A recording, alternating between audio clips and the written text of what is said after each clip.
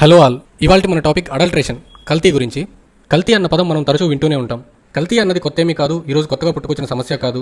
మన తాత ముత్తాతల నుంచి ఉన్నదే మన తర్వాత జనరేషన్స్ కూడా పాస్ ఆన్ అవుతుంది. మనుషులు ఎలా అయితే ఆదిమానవుడి నుంచి నేటి వరకు ఎవాల్వ్ అవుతూ వచ్చాడో అలానే మనిషితో పాటు కల్తీ కూడా ఎవాల్వ్ అవుతూ వచ్చిందనే చెప్పాలి. కల్తీ అనేది మనిషి ఆశ నుంచి పుట్టి దురాశ వైపుకు పరుగులు తీస్తుంది. ఒకప్పుడు 2 లీటర్ల పాలలో 1/2 లీటర్ నీరు కలిపి కల్తీ చేసేవాళ్ళు. కానీ మనిషి అంతటితో సరిపెట్టుకోలేకపోయాడు. ఆశ నుండి అత్యాశ వైపుకు పరుగులు తీశాడు. 2 లీటర్ల పాలతో 20 లీటర్ల పాలను ఎలా తయారు చేయాలా అని ఆలోచించడం మొదలుపెట్టాడు. ఇప్పుడు అసలు పశువులే లేకుండా పాలను ఎలా తయారు చేయాలనే స్థాయికి చేరుకున్నాడు. కల్తీ చేసే వాళ్లకు వాళ్ళ ఆదాయమే ముఖ్యం. ప్రజల ఆరోగ్యం ఎటుపోయినా వాళ్ళకు పర్వాలేదు. ప్రజలు కూడా వెంటనే హెల్త్ మీద ఎఫెక్ట్ చూపించకపోవడంతో వాటిని పెద్దగా పట్టించుకోవడం లేదు. మన నిత్యావసరాల మీద జరిగే కల్తీ గురించి చెప్పుకుంటూ పోతే ఇలాంటి వీడియోలు 10 చేసినా సరిపోదు. అందులో మనం నిత్యం వాడే కొన్నిటి గురించి ఈ వీడియోలో తెలుసుకుందాం. మిగతా దేశాల్లో ఆయిల్స్ మీదో ఇండస్ట్రీస్ మీదో డిపెండ్ అయ్యే దేశం మనది కాదు. భారతదేశం వ్యవసాయం మీద ఆధారపడే దేశం. అయినా మనం తీసుకునే ఆహారంలో ఇంత కల్తీ ఉందంటే అది మన దౌర్భాగ్యం అనే చెప్పుకోవాలి. మనం రెగ్యులర్గా వాడే వస్తువుల్లో పాలు కూడా ఒకటి. పుట్టిన పాప దగ్గర నుంచి పెద్దవాళ్ళ వరకు అందరూ ప్రోటీన్స్ కోసమో బలం కోసమో పాలను తప్పనిసరిగా తీసుకుంటారు. కానీ దీనిని క్యాష్ చేసుకునేందుకు కల్తీ పాల ముఠాలు చాలా తయారయ్యాయి. 2 లీటర్ల పాలలో యూరియా, పాల పౌడర్, వంట నూనె బాగా కలిపి దాన్ని 20 లీటర్ల నీళ్లు ఉన్న పాల క్యాన్లో కలిపితే 20 లీటర్ల పాలు తయారైపోయినట్లే. ఇక్కడ మనందరికీ ఓ సందేహం రావచ్చు, యూరియా అంటే పొలాలకు వాడేది కదా, మరి మన హెల్త్ మీద ఏం ఎఫెక్ట్ చూపించదా అంటే హెల్త్ మీద ఎఫెక్ట్ చూపిస్తుంది, కానీ మోతాదు కంటే తక్కువ ఉండడం వల్ల వెంటనే ఎఫెక్ట్ చూపించదు. దీర్ఘకాలిక రోగాలకు దారితీస్తుంది. తెల్లని రంగు కోసం యూరియా, రుచి కోసం పాల పౌడరు, ఫ్యాట్ కంటెంట్ కోసం వంట నూనె ఉపయోగిస్తారు. ఇలాంటి పాలు అమ్మడం ఆలస్యం అయితే పాలు చెడిపోకుండా ఉండడానికి కొన్ని రసాయనాలు వాడతారు. ఇవి పాలు చెడిపోకుండా నిల్వ ఉండేలా చేస్తాయి. ఇలాంటి చాలా విధానాలే పాల కల్తీలో ఉన్నాయి, కానీ ఎక్కువ శాతం మంది ఈ విధానాన్నే వాడతారు. ఇలాంటి కల్తీ పాలను తాగడం వల్ల తొందరగా అలసిపోవడం, food poisoning, vomiting, heart problems, cancer వచ్చే అవకాశం కూడా ఉంది. మనం రెగ్యులర్గా వాడే మరొకటి బ్లాక్ పెప్పర్, మిరియాలు. నాన్ వెజ్ ఐటమ్స్లో కానీ ఫ్రైడ్ రైస్లో కానీ కాస్త స్పైసీగా ఏది చేసుకోవాలన్నా పెప్పర్ తప్పనిసరి. కానీ పెప్పర్ని బొప్పాయి గింజలు మిక్స్ చేసి కల్తీ చేస్తారు. బొప్పాయి గింజలు చూడడానికి అచ్చం మిరియాల్లానే ఉండడంతో మనం చూసినా గుర్తించలేము. కానీ ఇలాంటి పెప్పర్ వాడడం వల్ల లివర్ సమస్యలు, స్టమక్ డిజార్డర్స్ వస్తాయి. మనం రెగ్యులర్గా వాడే మరో ఆహార పదార్థం వంట నూనె. వంట నూనెను 3 విధాలుగా కల్తీ చేస్తారు. మొదటి విధానం, పెద్ద స్టార్ హోటల్స్లో, పెద్ద ఫేమస్ రెస్టారెంట్స్లో ఒక్కసారి వాడిన నూనెను మళ్లీ వాడరు. అలా వాడితే చేసిన పదార్థం రంగు, రుచి మారిపోతుందని, తిన్న ఆహారం సరిగ్గా అరకపోవడం, గుండె సమస్యలు మొదలైనవి వస్తాయని వాళ్ళు దాన్ని వాడరు. అలా వాళ్ళు ఒక్కసారి వాడి వదిలేసిన నూనెను క్యాన్స్లో నింపి బ్లాక్ మార్కెట్లో అమ్మేస్తారు. అదే నూనెను చిన్న చిన్న హోటల్స్ బళ్ల మీద పెట్టి అమ్మేవాళ్ళు తక్కువ ధరకు కొనుగోలు చేస్తారు. ఇక వంట నూనె కల్తీలో రెండో రకం. సాధారణంగా వంట నూనెను సరిగ్గా రీఫైన్ చేయకపోతే గుండె సమస్యలు మొదలైన సమస్యలు వస్తాయి.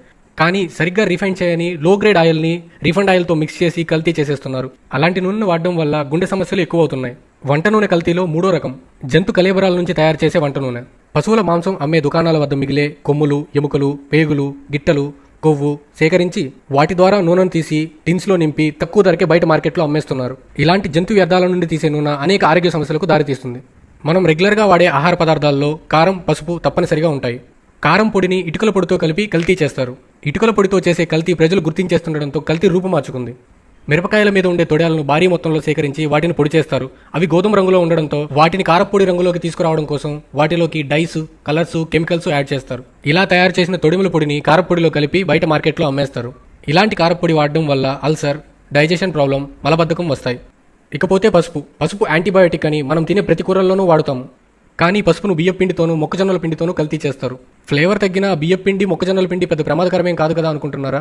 కానీ ఆ బియ్యం పిండి, మొక్కజొన్నల పిండి పసుపు రంగులోకి రావడం కోసం డైస్ అండ్ కెమికల్స్ వాడతారు. దీనివల్ల స్టమక్ డిజార్డర్స్ వస్తాయి.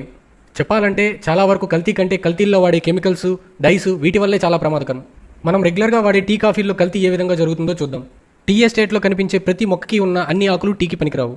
తేయాకు చెట్లకు ఉండే ఇగురు, దాని తర్వాత ఉండే 4 ఆకులు మాత్రమే టీ తయారీలో ఉపయోగించాలి. దాని తర్వాత ఉన్న ఆకుల్లో ఫ్లేవర్ కానీ రుచి కానీ ఉండదు. కానీ ఇగురు, మొదటి 4 ఆకులు చాలా వరకు పెద్ద కంపెనీలకు ఎక్స్పోర్ట్ ద్వారా వెళ్ళిపోతాయి. దాని తర్వాత ఉన్న లో గ్రేడ్ ఆకులే మనకు దొరికే ఆల్మోస్ట్ అన్ని టీ షాపుల్లో టీ పౌడర్. అలా లో గ్రేడ్ ఆకులతో తయారు చేసిన టీ రంగు, రుచి రావడం కోసం డైస్ అండ్ కెమికల్స్ వాడతారు. టీ పౌడర్ కాస్త ఎక్కువ ఉండడంతో టీ పౌడర్లో ఇనప తుప్పును మిక్స్ చేస్తారు. ఇలా చేయడం వల్ల టీ పౌడర్ వెయిట్ పెరుగుతుంది. కానీ ఇది మనకు తెలియదు, ఎందుకంటే టీని వడగట్టేయడం వల్ల ఆ ఇనప తుప్పు టీ వడపోతులో ఆగిపోతుంది. ఇలాంటి టీ తాగడం వల్ల కిడ్నీ సమస్యలు, జీర్ణకోశ సమస్యలు తలెత్తుతాయి. ఇకపోతే కాఫీ పొడిని చింతగింజల పొడితో కల్తీ చేస్తారు. మనం ఇదివరకే చెప్పుకున్నట్లు చింతగింజల పొడి ప్రమాదకరం కాకపోయినా వాటికి ఆ రంగు, ఫ్లేవర్ రావడం కోసం డైస్ అండ్ కెమికల్స్ని వాడతారు. ఎలాగూ టీ కాఫీల గురించే మాట్లాడుకుంటున్నాం కాబట్టి టీ కాఫీల్లో ఇంకో ముఖ్యమైన పదార్థం చక్కెర. చక్కెరని చాక్ పౌడర్, వాషింగ్ సోడా, యూరియాతో కలిపి కల్తీ చేస్తారు. అందువల్లే మనం అప్పుడప్పుడు చక్కెర వేయవలసినంత వేసినా సరే కాస్త తీపి తక్కువగానే అనిపిస్తుంది. ఇలాంటి చక్కెర తీసుకోవడం వల్ల కిడ్నీ ఫెయిల్యూర్ అవుతుంది. ఇలా నా ఒపీనియన్ ఏంటి అంటే కల్తీ అనేది ఆగదు, ఎప్పటికీ ఉండనే ఉంటుంది. కాకపోతే ప్రభుత్వం దీని మీద చట్టాలను కఠినం చేయాలి. ఫుడ్ సేఫ్టీ అధికారులను పెంచాలి. ఎప్పుడో చేశామని కాకుండా రెగ్యులర్గా చెకింగ్ జరగాలి. కల్తీ ప్రోడక్ట్స్ ఏమైనా బయటపడితే జైలు శిక్ష, ఫైన్, లైసెన్స్ క్యాన్సిల్ చేయడం ఇలాంటి కఠినమైన శిక్షలు అమలు చేయాలి. ఆఫీసర్స్ స్ట్రిక్ట్గా ఉన్నంత వరకు, శిక్షలు కఠినంగా ఉన్నంత వరకు, రెగ్యులర్గా చెకింగ్ జరుగుతున్నంత వరకు కల్తీ చేయాలంటే ఎవరైనా భయపడతారు. ప్రజలు కూడా పెట్రోల్ కాస్త కల్తీ ఉంటుందని తెలిస్తే అక్కడ పెట్రోల్ పోయించుకోరు, బైక్ పాడవుతుందని. మరి ఏ మాత్రం సేఫ్టీ ప్రికాషన్స్ తీసుకొని ఫుడ్ తీసుకుంటే హెల్త్ పాడవదా? ఆలోచించండి. తక్కువకు వస్తుందని ఎగబడకండి. కొంచెం అందరికీ తెలిసిన బ్రాండెడ్ వస్తువులనే కొనుగోలు చేయండి. మీరు కొంటున్న ప్రోడక్ట్ మీద ఫుడ్ సేఫ్టీ వాళ్ళు ముద్రించిన ఈ ముద్ర ఉందా లేదా అని చూసుకోండి. ఉంటేనే కొనండి, లేకుంటే కొనకండి. Thank you.